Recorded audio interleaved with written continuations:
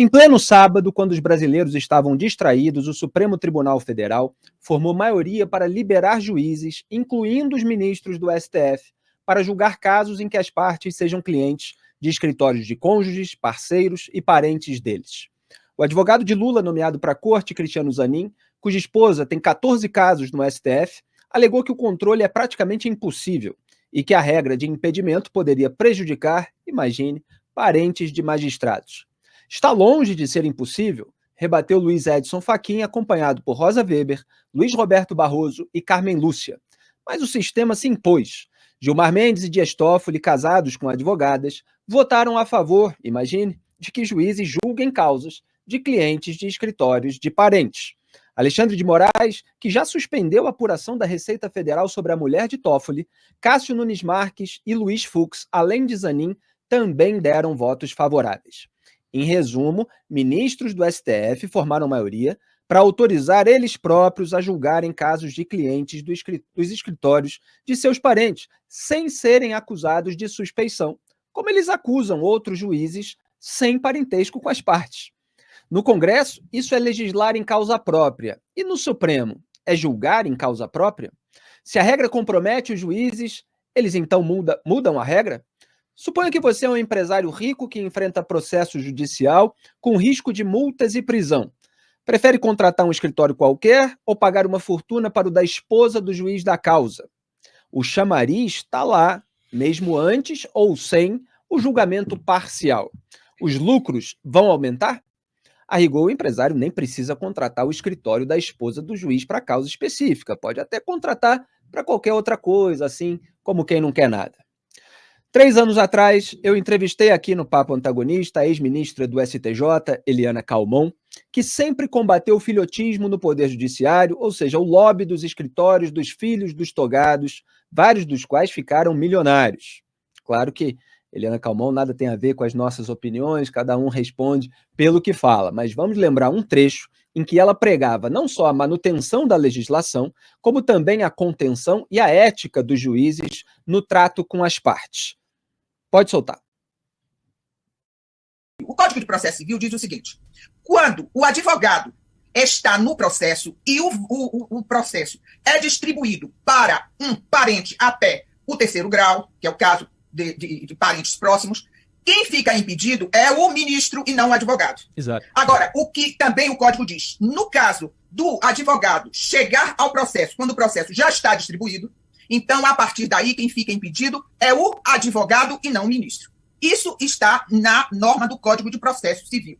Também não resolve, porque o que é que acontece? Estes meninos, muitas vezes, ingressam no processo e não botam procuração nos autos. Apenas dizem: eu sou um abridor de portas. Vai com o cliente, vai com os advogados que funcionam para o gabinete dos ministros. E lá, mesmo sem procuração, são recebidos muitas vezes pelo ministro e, a partir daí, eles demonstram intimidade com este ministro. Daí porque eu radicalizei. Não aceitava absolutamente, e muitos ministros têm o hábito de não aceitar a entrada de advogados ou de partes, que não sejam partes, ou não tenham procuração nos autos. Eu mesmo fazia isso. Se o filho de um colega meu tinha procuração nos autos, eu atendia.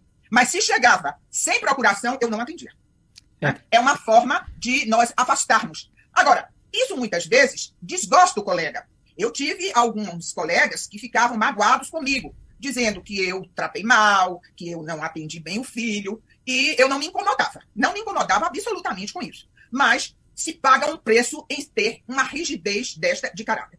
Ao final, o grupo de trabalho chega a uma conclusão.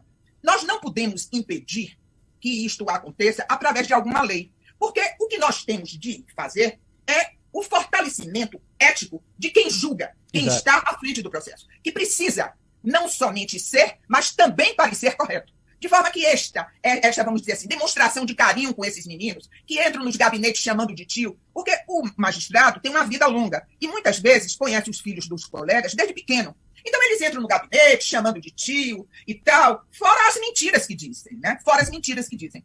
E então isto está se tornando alguma coisa que é extremamente preocupante. Daí porque eu sempre falei e sempre fiz entrevista, porque eu acho que a única forma que nós temos de coibir isto é o papel da imprensa, que eu acho importantíssimo, Exato. e também é a vigilância da sociedade civil, que tem de preservar por um judiciário que seja absolutamente equidistante destes lobistas.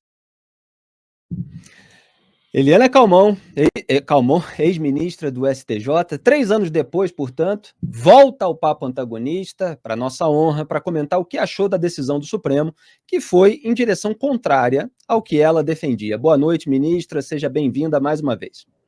Muito boa noite, Felipe. Muito boa noite a todos os nossos ouvintes.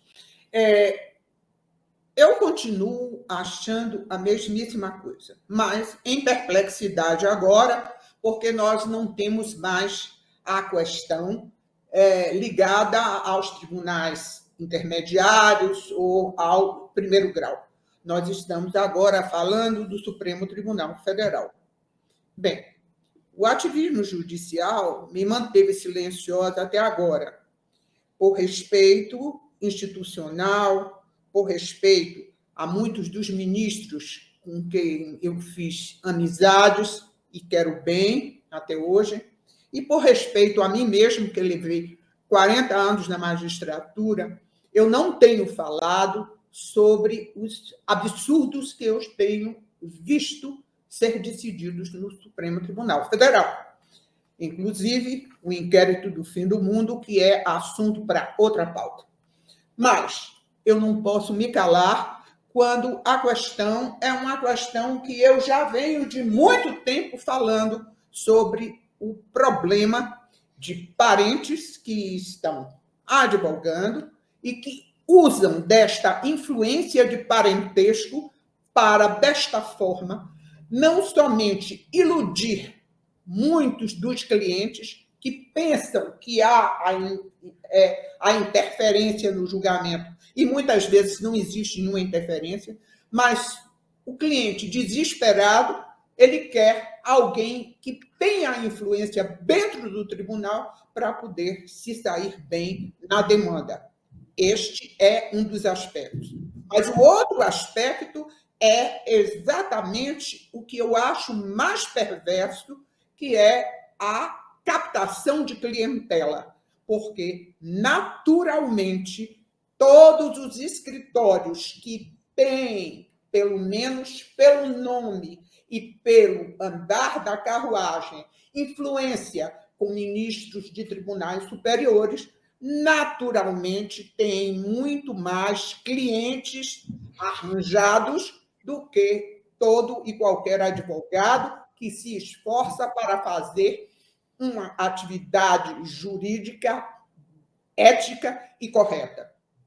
Esses são os dois aspectos. De forma que eu fiquei em perplexidade com esta última decisão do Supremo Tribunal Federal, em achar que não há nada demais, né? Em primeiro lugar, os ministros não podiam nem votar isto, porque quem votou, votou em causa própria, ou seja, porque tem seus filhos, tem suas mulheres, tem os seus parentes e aderentes em grandes escritórios de advocacia. Eles nem poderiam ter votado isso. Mas como eles estão desprezando para eles apenas a questão do impedimento e da suspeição, veio a decisão que deixou todo mundo em perplexidade. Este é um aspecto. Fora o outro aspecto, que é o aspecto ético, o aspecto moral. Porque todas as vezes que nós temos uma decisão do Supremo Tribunal Federal deste quilate, nós estamos colocando a sociedade civil em desacordo com o respeito que merece a Suprema Corte, que é o Supremo do Poder Judiciário brasileiro. De forma que eu estou efetivamente muito triste, eu estou em perplexidade de ver um julgamento que faz com que o Supremo Tribunal Federal, mais uma vez, cometa este grande sacrilégio em termos de cidadania, colocando o cidadão brasileiro contra o respeito que a Corte merece. Ministra, muito obrigado pelos comentários. A gente ainda vai fazer algumas perguntas para a senhora e, obviamente, compartilhamos aqui e compreendemos a sua perplexidade. Agora, vale lembrar que o assunto já foi abordado pela revista Cruzoé em diversas oportunidades. A capa da edição 270, publicada no final de junho, mostra os casais poderosos do STF e como a atuação de esposas de ministros em escritórios de advocacia tem levantado questionamentos sobre conflitos de interesses. Vocês estão vendo aí na tela a capa da Cruzoé mais recente sobre esse tema. Outra reportagem, publicada em dezembro de 2018 e intitulada A Chance da Lava-Toga, destacou como a delação de Orlando Diniz, que pagava fortunas a advogados e parentes de altos juízes, colocou o Ministério Público diante da oportunidade de avançar sobre o judiciário. Vocês também estão vendo aí aquela capa da matéria da Cruzoé. Em setembro de 2020, a Cruzoé conversou com a ex-corregedora nacional de Justiça e ex-ministra do STJ, ela mesma, Eliana Calmon, que criticou mais uma vez a atuação de filhos de ministros de cortes superiores como advogados. Olha o título daquela conversa com Eliana Calmon, que está comigo de novo. São os meninos e estão milionários, diz Eliana Calmon sobre advogados filhos de ministros. Matéria da Cruzoé. E na época o advogado Eduardo Martins, filho do então presidente do STJ, Humberto Martins, havia acabado de ser alvo da Lava Jato, como tantas vezes também eu destaquei em artigos, mostrando como certas decisões dele eram bastante questionáveis, do Humberto Martins, já que seu filho tinha sido alvo da Lava Jato e ele estava tomando decisões contrárias à Lava Jato. Aliás, no meu artigo Lava Jato versus Vaza Jato, que está disponível para quem quiser procurar, eu mostro como uma dessas decisões do Humberto Martins não chegou a nada. Ele teve que arquivar depois, porque, baseado naquelas mensagens roubadas, por esse mesmo hacker que reapareceu agora, não encontraram nada do que ficavam acusando de que haveria. E dias depois, a Cruzoé publicou uma reportagem intitulada A Corte dos Parentes, detalhando como a operação que mirou Eduardo Martins chamou atenção para a atuação de familiares de ministros em processos em curso no tribunal. Vocês também estão vendo aí a capa, né? Porque a Cruzoé tem às vezes essas capas internas em que fica bonito aí a foto com o título da matéria, o subtítulo, o autor da reportagem. Há também na nossa lista uma reportagem intitulada Um Fenômeno no Filhotismo, publicada em novembro de 2020, falando sobre a atuação de Eduardo Martins, cuja banca faturava milhões. Olha a capa aí, bastante forte, exclusivo, um fenômeno no filhotismo, com a foto dele. E a Cruzoé sempre resumindo e antecipando esses fatos. E quem está comigo aqui na bancada é o nosso Carlos Graeb, que dirige aqui boa parte do nosso jornalismo. Salve, salve, Graeb, tudo bem? Salve, Felipe, muito boa noite, tudo bem com você? Tudo bem, e eu quero deixar você à vontade também para fazer alguma pergunta a Eliana Calmon. Primeiro eu queria agradecer à ministra por ter falado sobre esse assunto. Quando nós fizemos a primeira reportagem que o Felipe mostrou aí, essa mais recente, né, sobre as mulheres dos ministros, a nossa reportagem aqui em São Paulo, em Brasília, procurou um monte de advogados que, enfim, não têm parentes no Supremo ou no STJ, para falar sobre como eles viam o fato de que outros escritórios, enfim, contavam com esse ativo, né, os parentes. Ninguém quis falar, Felipe. Ninguém quis falar. Por quê? Tem medo, né? Tem medo de melindrar um ministro do STJ, tem medo de melindrar um ministro do STF. Então, fica este acanhamento, fica esse temor mesmo em relação a uma reclamação que, feita em público, pode acarretar um monte de males para o escritório do cara que está lá, advogando, sem ter o benefício de contar com um filho, uma esposa, um sobrinho, né, de um ministro poderoso na sua banca. Eventualmente pode perder causas por causa disso. Não sabemos, né? Em razão de retaliações, quer dizer, essas pessoas podem ter medo de que isso aconteça. Tem medo de retaliação. Então, muito obrigado, ministro, por ter falado com clareza. pertencendo à classe jurídica, ter falado com clareza a respeito desse assunto. Eu escrevi sobre ele hoje, e antes de fazer a pergunta à senhora, eu só queria ler um trecho curto, né? Ainda que todas as ações promovidas por parentes de ministros tenham sido julgadas de maneira absolutamente imparcial, né? É uma hipótese aqui. Sobra o fato que os escritórios de Brasília vendem o acesso aos gabinetes de ministros como um ativo e cobram caro por isso. Só essa propaganda bem pouco velada de uma suposta influência sobre a corte já deveria fazer com que os ministros vissem na obrigação de se afastar de processos promovidos pelo escritório de um parente um benefício e não um ônus. Certo? Se existe essa propaganda feita pelos escritórios, os ministros deveriam falar: putz, é ótimo para mim que eu tenho que me afastar desse processo, certo? Eu já fico protegido das ilações, das suspeitas, né? De tudo de ruim que segue esse tipo de venda de influência real ou suposta, certo? Mas não, ao invés de ver como uma proteção a eles mesmos, a sua própria reputação, eles veem como um ônus. Então, a pergunta que eu queria fazer à senhora, ministra, é justamente isso. Por que esta casta poderosa de ministros, de juízes em Brasília não consegue perceber com clareza que isto fere a imagem deles? Qual é o fenômeno que faz que eles fiquem cegos àquilo que, para nós que estamos aqui no chão do país, é evidente?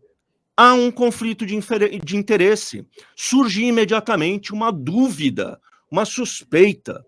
Por que os ministros não percebem que seria bom para eles se afastar desse tipo de causa? Existe, em primeiro lugar, uma pressão da própria família.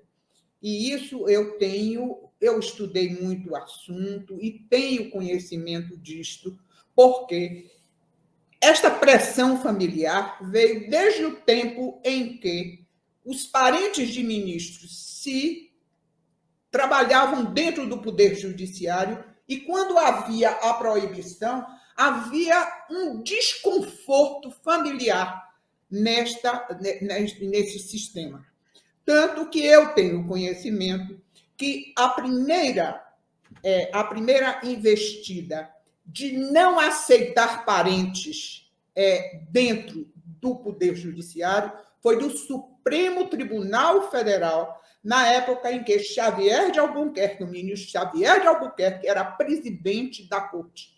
E foi ele que colocou no regimento interno a proibição de parentes dentro do Poder Judiciário.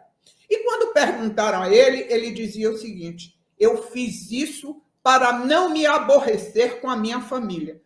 Essa história eu ouvi de alguns advogados antigos do Supremo Tribunal Federal. Eu não ouvi do Xavier de Albuquerque, mas o Supremo Tribunal Federal foi o primeiro tribunal no Brasil que colocou isto no regimento interno, proibindo parentes trabalhando lá dentro.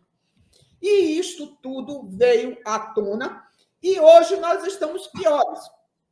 Porque não temos, na hora que nós proibimos parentes ou nepotismo, nós fechamos uma porta e abrimos uma janela. E a janela agora foi escancarada pelo Supremo Tribunal Federal.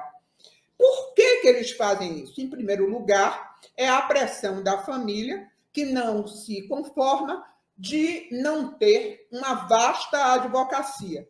Aliás, as próprias mulheres e filhos são chamados para grandes escritórios para, muitas vezes, nada fazerem, mas apenas figurarem como alguém ligado a um ministro de um tribunal superior.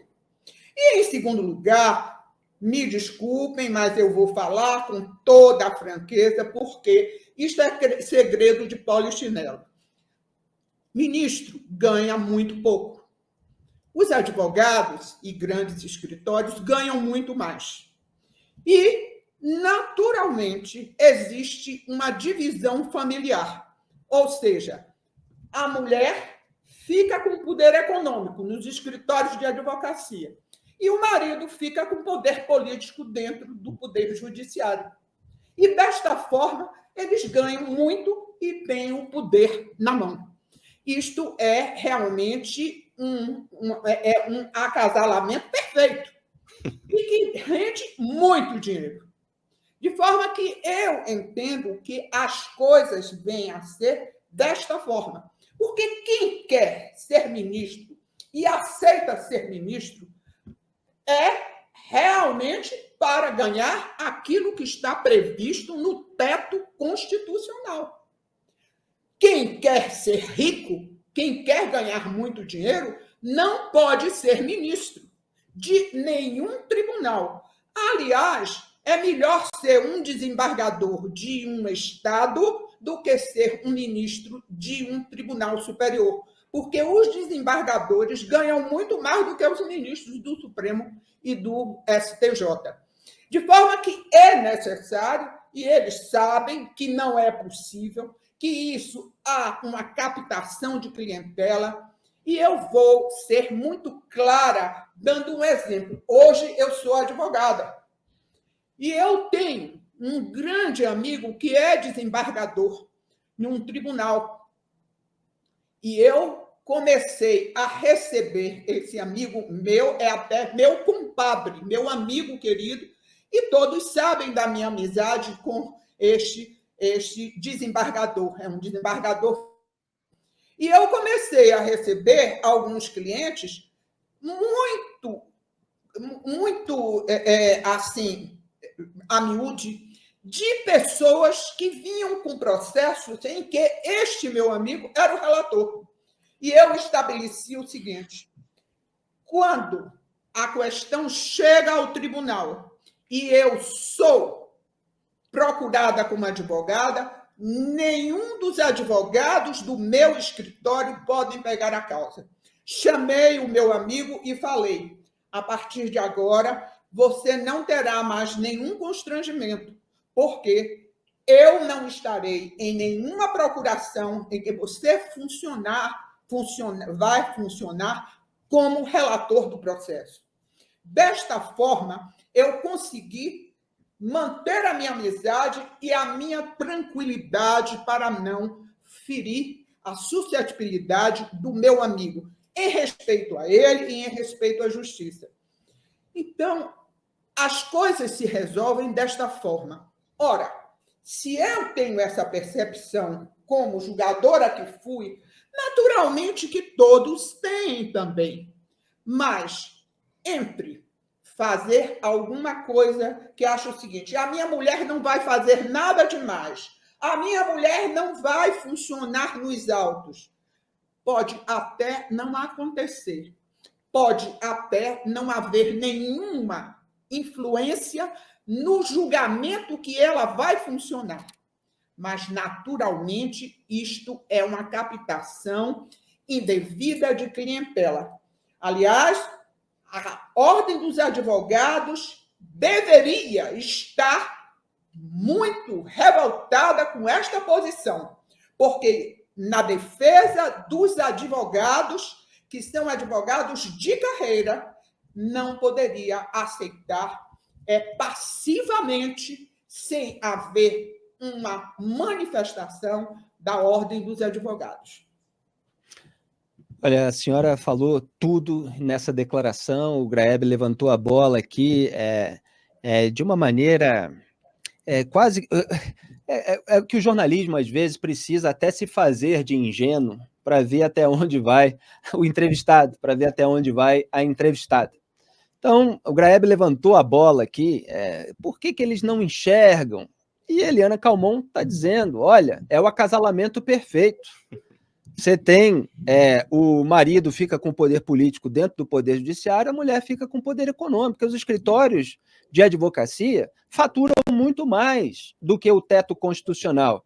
Não é que ministro ganhe pouco de uma maneira genérica comparada à população brasileira. Eu entendi o que a ministra falou. Ela está dizendo que o ministro ganha pouco em comparação com as bancas privadas, onde se recebe fortuna para defender, eventualmente, empresário rico, mas também político rico. Eu aqui no comentário de abertura dei o exemplo de empresários ricos, mas também tem políticos que podem pagar fortunas a advogados, eventualmente podem até colocar os advogados que os defenderam no Supremo Tribunal Federal para tomar decisões como essas. A ministra também apontou, na prática, que eles são suspeitos para decidir que não serão mais suspeitos se julgarem causas dos escritórios dos parentes. Olha só a que ponto a gente chegou. Suspeitos são sempre os outros. Quer dizer, eles têm, vários deles, né, têm esposas que são donas de escritórios de advocacia. Tem ministro que já foi sócio do escritório, mas aí vira ministro, passa o escritório para a esposa. Alguns têm filhos que são advogados, etc. Luiz Fux, por exemplo, é um desses casos. Você teve ali voto de gente que tem parentes, mas voto contrário. No caso do Luiz Fux, foi um voto a favor. Então é bom chamar a atenção para o caso dele também. Então, quando a gente vê que é um chamariz, como eu coloquei, para aquele que está encalacrado com a justiça contratar o escritório de um parente do juiz da causa, a gente vê que existe uma tendência, pelo menos, nós vamos monitorar isso, perdão, como jornalistas, e rogo que o restante da imprensa também o faça, mas é uma tendência que eles vão faturar mais, por causa de uma decisão desses maridos, por causa de uma decisão desses juízes. Porque, repito, quem está encalacrado com a justiça quer o máximo de influência na corte. E a gente vê isso em todos os processos no Brasil. E, ministra, eu não convidei a senhora aqui para comentar outros temas, mas eu queria só fazer uma analogia rápida com a criação da figura do juiz de garantias, não para analisar o mérito dessa figura, mas para analisar a alegação que os ministros dão em cada caso e apontar um eventual duplo padrão. Olha só, a criação da figura do juiz de garantias, na prática, divide a primeira instância em duas. Então, o juiz de garantias é aquele que vai ficar responsável por decisões tomadas na fase de investigação. E aí, em vez de ele próprio assinar a sentença, eventualmente condenatória na primeira instância, ele tem que passar o processo para um outro juiz. O que acontece nesse país de território continental como o Brasil? Houve um levantamento, na época em que esse jabuti foi colocado lá no pacote anticrime, e foi sancionado o jabuti por Jair Bolsonaro. Um levantamento que mostrou que 40% das comarcas só tem um juiz. Aí o que os legisladores fizeram? Não, vamos criar um rodízio, então, de magistrados para essas comarcas. Agora isso está em julgamento no Supremo. Subiu no telhado durante uns anos, mas os ministros estão julgando e estão votando a favor da criação da figura do juiz de garantias. Qual é a alegação? A alegação não, precisamos de julgamentos imparciais. Não podemos deixar tudo na mão de um só juiz, etc. E como que isso foi votado, Grebe? A gente lembra o contexto. É um contexto de investigações anticorrupção, em que os políticos mesmos que estavam votando estavam insatisfeitos com o comportamento de determinados juízes. A família Bolsonaro, por exemplo, estava insatisfeita com o comportamento do Flávio Itabaiana, xará do Flávio Bolsonaro, que estava sendo rigoroso ali na primeira instância, na fase de investigação sobre o caso da rachadinha. Então, muitos políticos queriam o quê? Que aquele juiz severo, que estava dando decisões contrárias aos interesses deles, fossem trocados para outro que desse a sentença, e você cria mais uma brecha para que o caso caia em mãos mais brandas, vamos dizer assim, que não gerem uma condenação na primeira instância. Então, tudo isso é feito, não estou aqui entrando no mérito, se é bom ou ruim, eu estou dizendo que tudo isso é feito em nome da imparcialidade. E olha o trabalho que dá. Você tem que pensar nas comarcas do país inteiro, criar sistema de rodízio, você vê como vai haver vários juízes disponíveis para julgar diversos tipos de processos. Aí não tem imbróglio. Agora, juiz julgar a causa de escritório de parentes, não, muito complicado. Fazer esse tipo de controle, a gente não pode limitar também o direito dos parentes de atuarem, etc. Fica muito juridicamente impossível. Aí tem outros ministros mais rigorosos que falam assim, não é impossível. Não, é sim e tal. E isso se impõe. Então eu pergunto para a senhora tem visto de uma maneira geral um certo duplo padrão? A gente está vivendo um momento de descaramento total? Olha, até agora, o meu silêncio foi para poder estudar e verificar o que é que está se passando no país, porque eu, como magistrada de carreira e como uma pessoa que fiquei durante muitos anos, desde que cheguei ao Tribunal Superior, ao STJ, muito ligada ao combate à corrupção, principalmente à corrupção dentro do Poder Judiciário, que foi a minha linha, e eu fui uma linha bastante dura quando eu fui corregedora nacional, que eu não aceitava que houvesse corrupção dentro do Poder Judiciário para não desmoralizar o Poder Judiciário. Por tudo isso, eu venho estudando e querendo encontrar uma resposta para tudo que eu estou verificando agora por parte do Supremo Tribunal Federal, que foi um tribunal que eu sempre respeitei, que eu sempre baixei a minha cabeça como magistrada.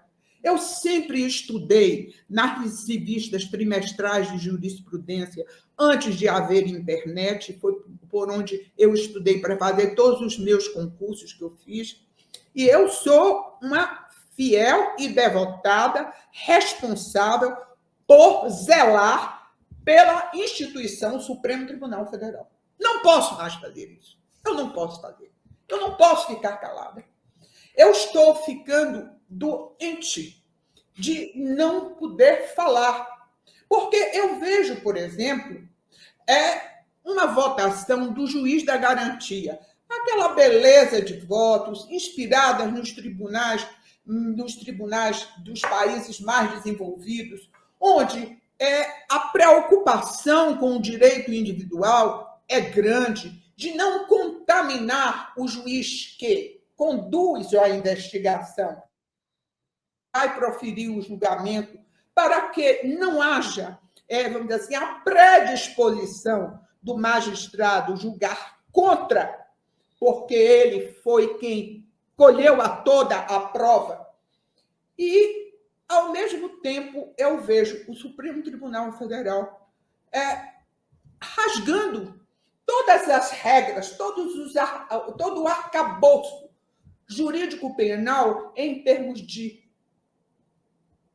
impedimento, nos termos de suspeição, como, por exemplo, essa questão dos parentes e dos escritórios com estes parentes não terem qualquer impedimento de funcionar nos processos, que isto realmente é uma coisa grave, muito grave, mas também quanto ao aspecto de o Supremo Tribunal Federal instaurar um processo, instaurar uma investigação, julgar esta investigação, condenar, prender e, desta forma, ser o único que vai funcionar como investigador, como instrutor, como Ministério Público e como julgador.